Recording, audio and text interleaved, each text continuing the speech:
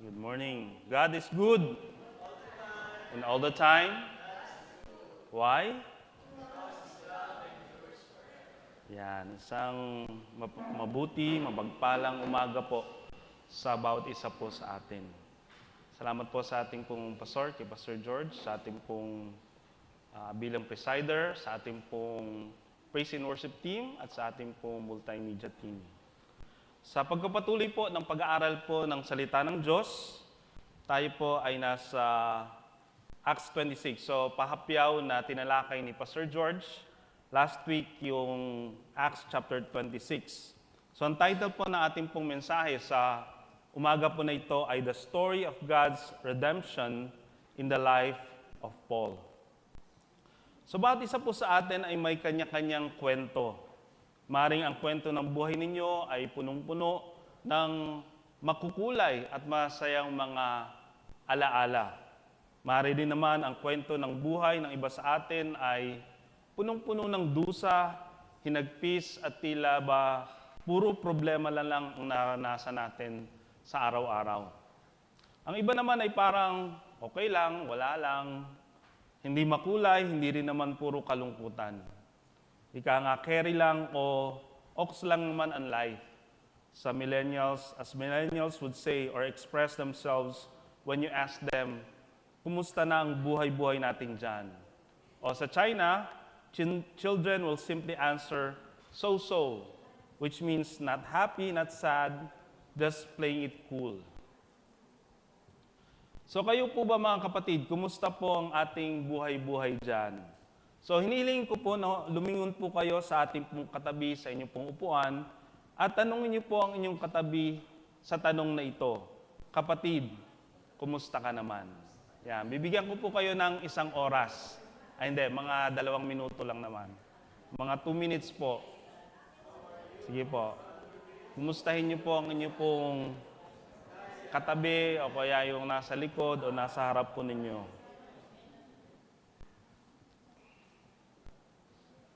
Tapos na? Ang bilis naman. So, kumusta po ang lahat? Masarap po ba ang pakiramdam at medyo nakakahinga-hinga at matanong man lang tayo na kumusta tayo?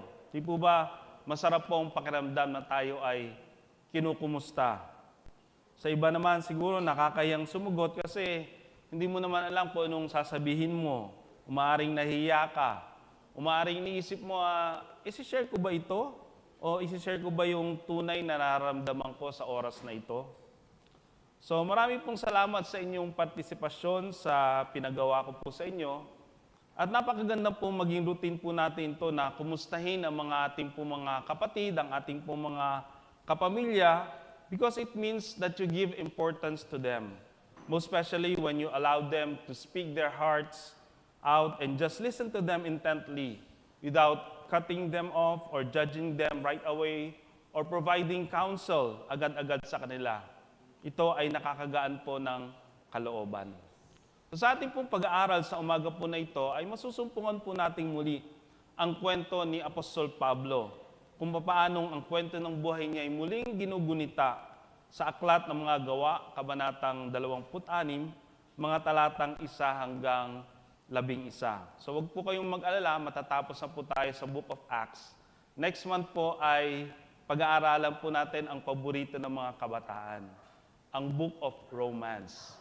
The Book of Romance. Yan. Basahin po natin ng salita ng mga talata. Tayo pong lahat ay magstayo at muli ay basahin po natin ang Acts chapter 26 verses 1 to 11 ng salitan. So mag-umpisa po ako, kayo po ang susunod, and so on and so forth. And then sabay-sabay po tayo sa talatang 11.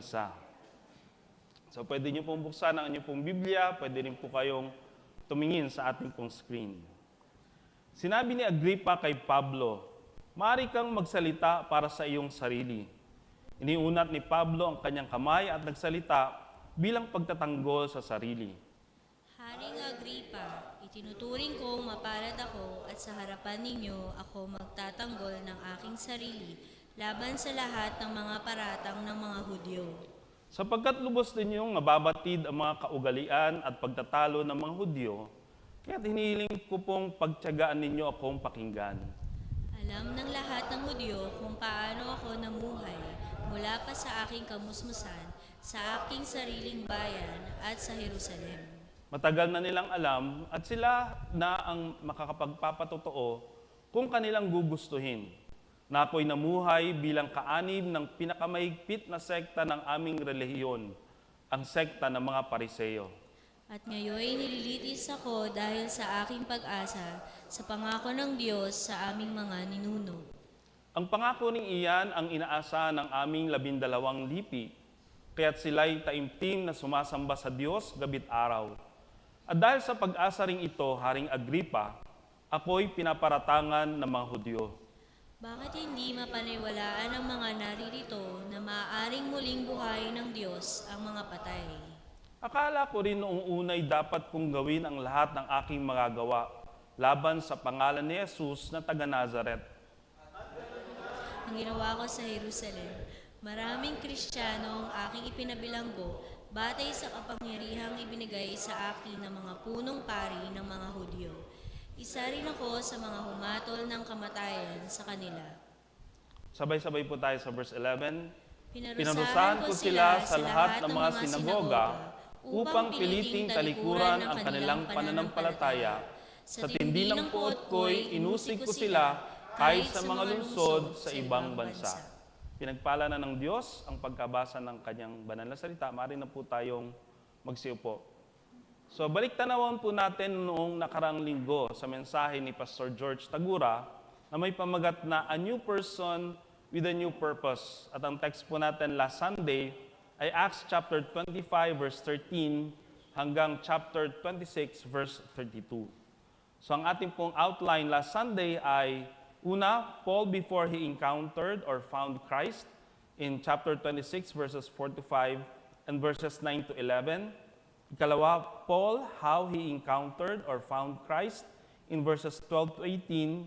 At ang ikatlo po ay Paul after he encountered or found Christ. So meron pong pagkakahalintulad ang ating pong mensahe sa umaga na ito, pero merong different twist. Okay? Sa ating pong pag-aaral ngayon, ang ating pong outline ay una, Paul's story in the past in verses 1 to 5, Paul's hope in the Lord in verses 6 to 7, at ikatlo, Paul's transformed life in verses 8 to 11. Sa Tagalog, paglalahad ni Pablo ng nakaraan, pag-asa ni Pablo sa Panginoon, at pagbabagong buhay ni Pablo. So ang ating pong big idea sa umaga po na ito ay God of the past, God of hope, God of transformed lives. Sa Tagalog, Diyos ng nakaraan, Diyos ng pag-asa, at Diyos ng pagbabagong isipan sa pakikinig po ng mensahe ng Panginoon. So let's start with our first point, Paul's story in the past, ang storya ni Apostol Pablo nung nakaraan, in verses 1 to 5. So his humble address to King Agrippa and the compliment he passed upon him. So ang kanyang mapagpakumbabang pananalita kay Haring Agrippa at ang papuri na ibinigay niya sa kanya. So kilalanin po muna natin kung sino si Haring Agrippa. So in-explain na po ni Pastor George last Sunday, pero sa mga wala po rito, maaari po nating explain ng kaunti. Si Agrippa po ang pinakakagalang-galang na tao sa kapulungan na may titulong hari na ipinagkaloob po sa kanya. Kahit na kung hindi man ay may kapangyarihan lamang ng ibang mga gobernador sa ilalim ng emperador. At bagaman hindi dito nakatataas, ngunit nakatatanda kay Festus. At dahil dito nang mabuksan ni Festus ang pag-uusap, si Agrippa bilang bibig ng hukuman ay pinaalam kay Pablo na isang pahintulot na ibinigay sa kanya upang magsalita para sa kanyang sarili. So let's notice in verses 1 to 3. In verse 1, he waited for King Agrippa's blessing so that he could speak to explain his position and himself. In this verse, we see Paul's humility and that are very different from the former soul that we were introduced to in our earlier studies. So kung mapapansin po natin at maalala natin, si Apostol Pablo noong panahon ay mapusok at marahas. Pero dito po sa sitwasyong ito, ay makikita po natin ang paggalang niya sa mga may authority sa kanya. King Agrippa was well-versed in the scriptures of the Old Testament, therefore could be the better judge as to the controversy about Jesus being the Messiah.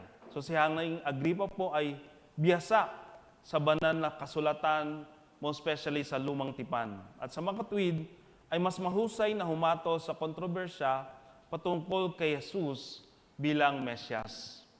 In verse 2, he was accused by the Jews and therefore had to speak in his own defense.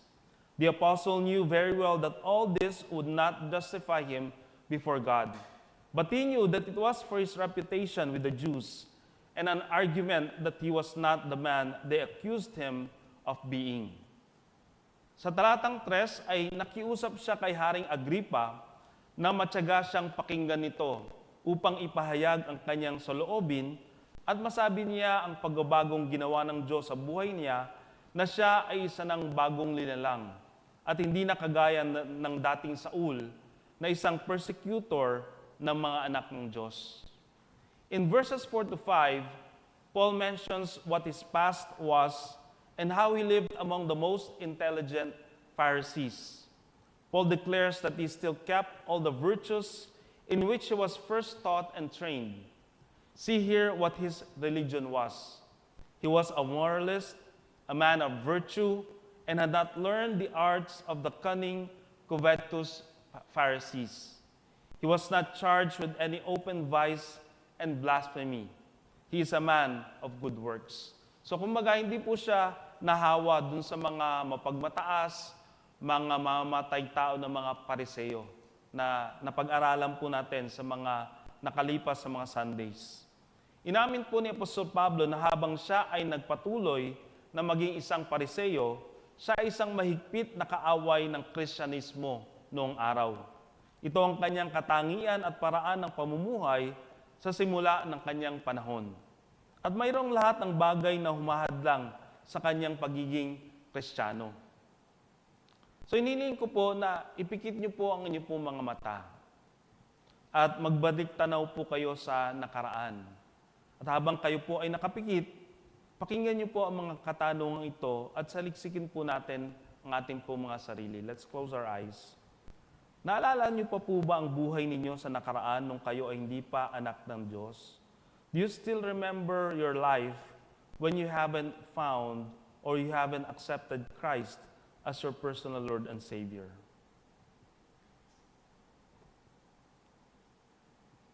Naalala niyo pa po ba nung kayo ay gumagawa ng mga bagay na labag sa kalooban ng Diyos? Do you still remember when you were in rebellion with God and did not do what His will is?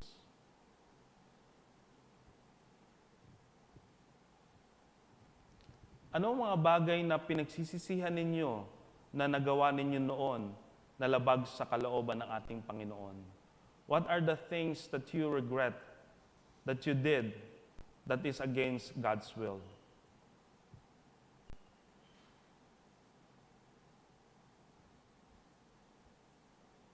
Sabi po sa 2 Corinthians chapter 5 verse 17, "Therefore, if anyone is in Christ, he is a new creation. The old has passed away, behold, the new has come." So kung ano man po yung mga bagay na mga nakaraan, mga nagawa nyo na hindi nakalulugod sa ating pong Panginoon, ang sinasabi po sa 2 Corinthians chapter 5 verse 17 na tayo po ay mga bagong nilalang na. At sinasabi po dito ang mga dati, ang mga luma ay nakaraan na, and behold, the new has come. So yan po yung assurance na binibigay po sa atin ng Panginoon Diyos sa bawat isa po sa atin. Maaring marami po tayong mga nagawang kasalanan, marami po tayong nagawang pagkakamali, marami po tayong nagawa na hindi po kalugod-lugod sa ating pong Panginoon.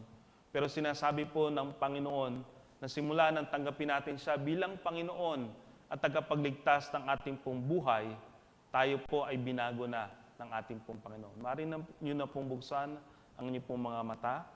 So kagaya po ng nakaraan ni Apostol Pablo, ang kwento ng bawat isa po sa atin ay natatangi at iba't iba. Hindi po pare-parehas. Iba't iba man ang kalagayan natin nung tayo ay nakakilala sa ating pong Panginoon. Iisa ang paraan ng ating Panginoon para tayo ay baguhin at ito ay sa pamamagitan ng kanyang dakilang pag-ibig para sa inyo at para sa akin at para sa ating lahat. Upang pagkalooban po niya tayo ng buhay na walang hanggan sa pamamagitan ng kanyang pinakamamahal at natatanging bugtong na anak na si Jesus.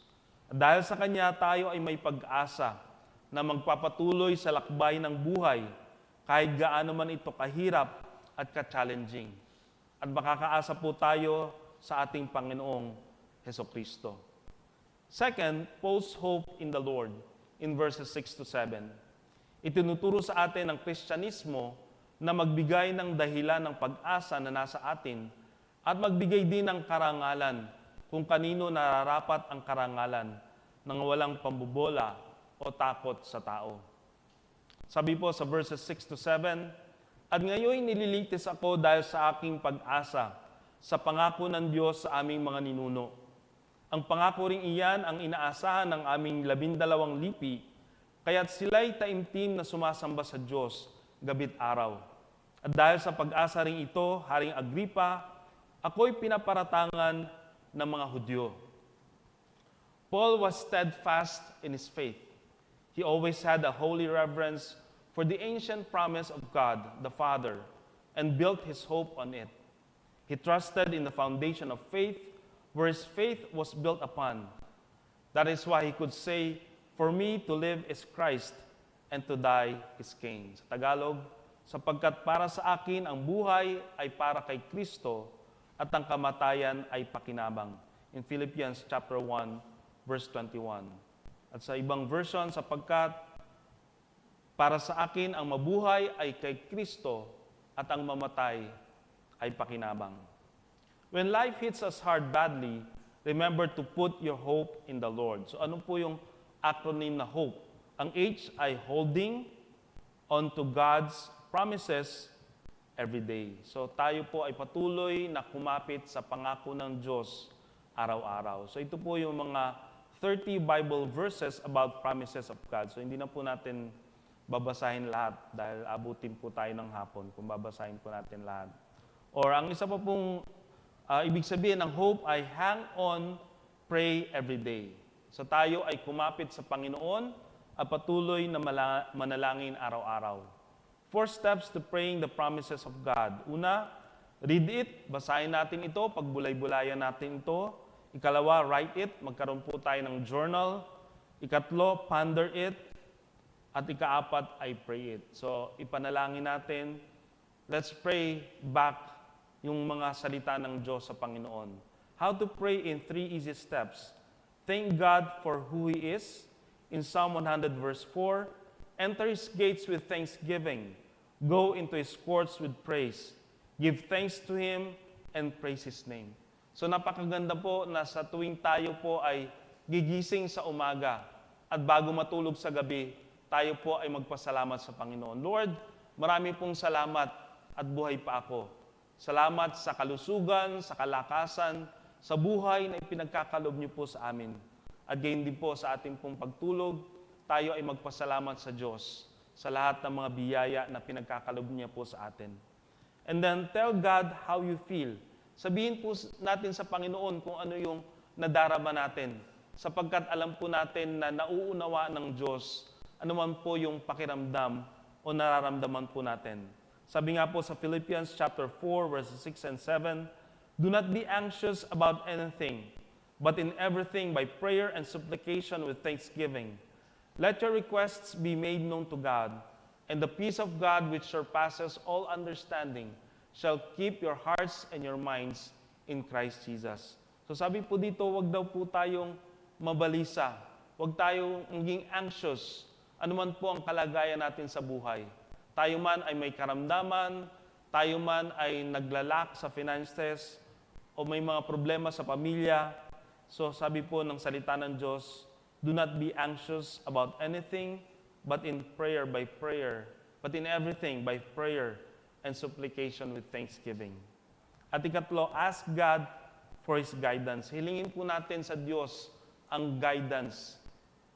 But when He, the Spirit of truth, comes, He will guide you into all the truth. He will not speak on His own, He will speak only what he hears, and he will tell you what is yet to come.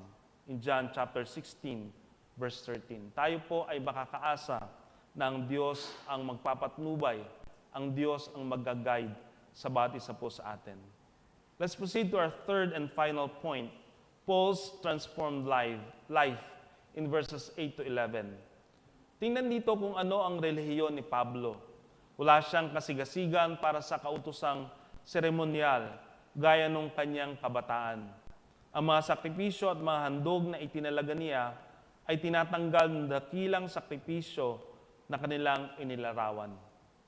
His account of his origin and education, his profession as a Pharisee, and his adherence still to what was then the chief article of his creed, in distinction from the Sadducees, the resurrection of the dead, however, much he departed from the rites. Hindi lamang siya tinawag na Pariseo, ngunit nabuhay siyang isang Pariseo.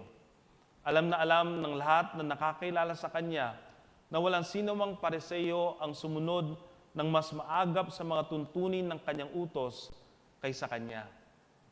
Hindi at siya ay sa mas mabuting uri ng mga Pariseo, sapagkat siya ay pinalaki sa paanan ni Gamaliel, na isang kilalang rabay ng paralan ng sambahayan ni Hillel, na higit na mataas ang reputasyon sa relihiyon kaysa sa paralan o sambahayan ni Samay.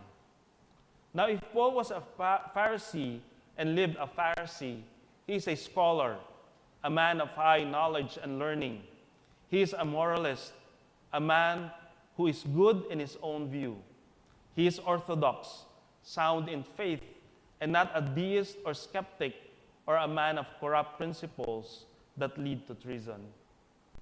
Maraming bagay po ang inaakala na hindi paniwalaan dahil lamang sa walang katapusan na kalikasan at mga kasakdalan niya na nagpapahayag, nagsasagawa o nangangako sa mga ito ay hindi pinapansin.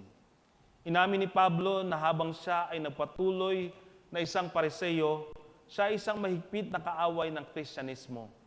Ito ang kanyang katangian at paraan ng pamumuhay sa simula ng kanyang panahon. At mayroong lahat ng bagay na humahadlang sa kanyang pagiging Kristiyano. Sa verses 10 to 11, at ganun nga ang ginawa ko sa Jerusalem. Maraming Kristiyano ang aking ipinabilanggo, batay sa kapangyarihang ibinigay sa akin ng mga punong pari ng mga Hudyo. Isa rin ako sa mga humatol ng kamatayan sa kanila. Pinarusahan ko sila sa lahat ng mga sinagoga upang piliting talikuran ang kanilang pananampalataya. Sa tindi ng puot ko'y inusig ko sila kahit sa mga lunsod sa ibang bansa. Continuing the story of Paul's life when he came to know the Lord. The Sadducees hated Paul for preaching the resurrection, and the other Jews joined them because he testified that Jesus had been resurrected and that he was the promised Redeemer of Israel. Napakaraming hadlang para hindi magpatuloy si Apostol Pablo sa kanyang pagsunod kay Kristo. Subalit sinuong niya ang napakaraming death-threatening circumstances sa kanyang buhay upang mapagtagumpayan niya ang lahat-lahat ng pagsubok dahil sa kanyang pananampalataya sa Diyos na pinananaligan niya at pinagkakatiwalaan ng kanyang buhay. Anumang pagsubok ang dumating, ang kanyang tiwala ay nakaangkla at nakakapit sa pundasyon ng kanyang pananampalataya, at ito ay si Jesus. Kaya po si Apostol Pablo ay hindi mapuknat-puknat sa kanyang pong pananampalataya sapagkat ang kanyang pong angkla, ang kanyang pong pananampalataya, ang kanyang pag-asa ay na kay Kristo lamang. Na yan din po ang dapat nating tularan ng ating faith na hindi nagmamaliw ay patuloy na nakaangkla sa ating pong Panginoong Kristo. Mga minamahal ko mga kapatid, pagbulay-bulayan po natin ang buhay ni Pablo. At ang katanungan, anong katangian ni Pablo ang nakaka-relate ka sa buhay mo? Noong nakilala mo ang Panginoong Hesus na sariling Panginoon at tagapagligtas ng iyong buhay, may mga tao, bagay o pangyayari ba na nagtulak o nag-udyok sa iyo na tumalikob sa iyong pananampalataya kay Kristo Jesus? At paano mo napagtagumpayan ang mga ito? In application, sa inyo pong pag-uwi ay bigyang panahon na muling magbulay-bulay sa ating napag-aralan sa buhay ni Apostol Pablo. Una, balik tanawin ang inyong buhay sa nakaraan. Ikalawa, kung may mga bagay pa kayo na hindi pa naisusuko sa paanan ni Jesus, gawin mo ito, kapatid, at hilingin sa Kanya ang pag-asa na tanging sa Kanya lamang ninyo masunsumpungan. Hindi sa tao, sa bagay, sa pera, o sa katagumpayan na iyong natamo sa buhay, ang makapagbibigay ng tunay na kabuluhan ng buhay. Tanging si Kristo lamang ating natatanging pag-asa o hope sa buhay.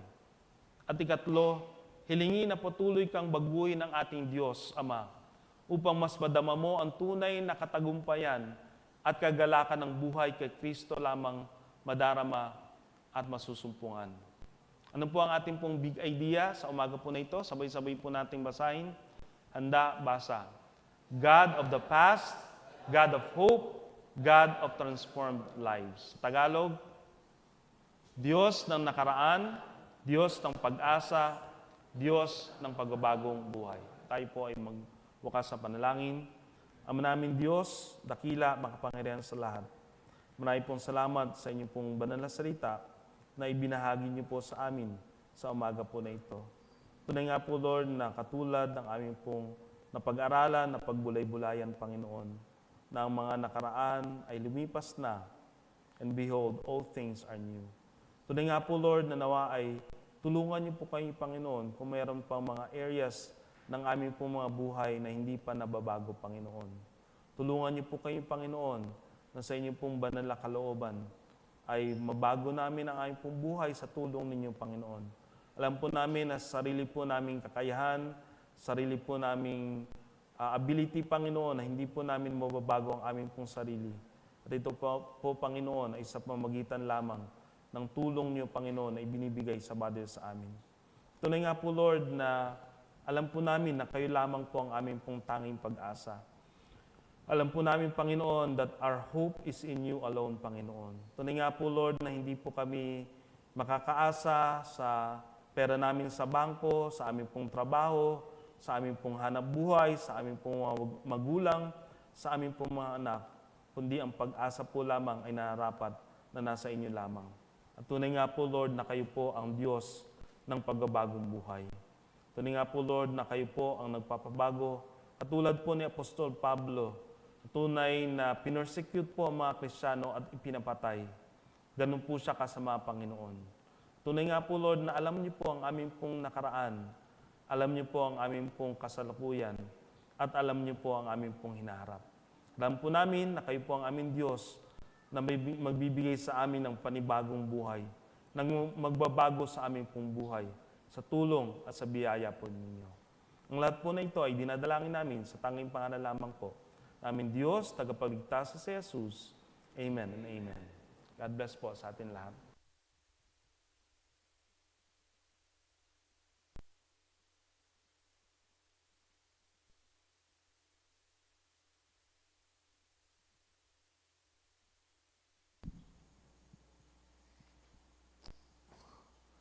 Ang buhay po ni Apostol Pablo ay isang kalakasan at encouragement sa ating lahat. The life of Paul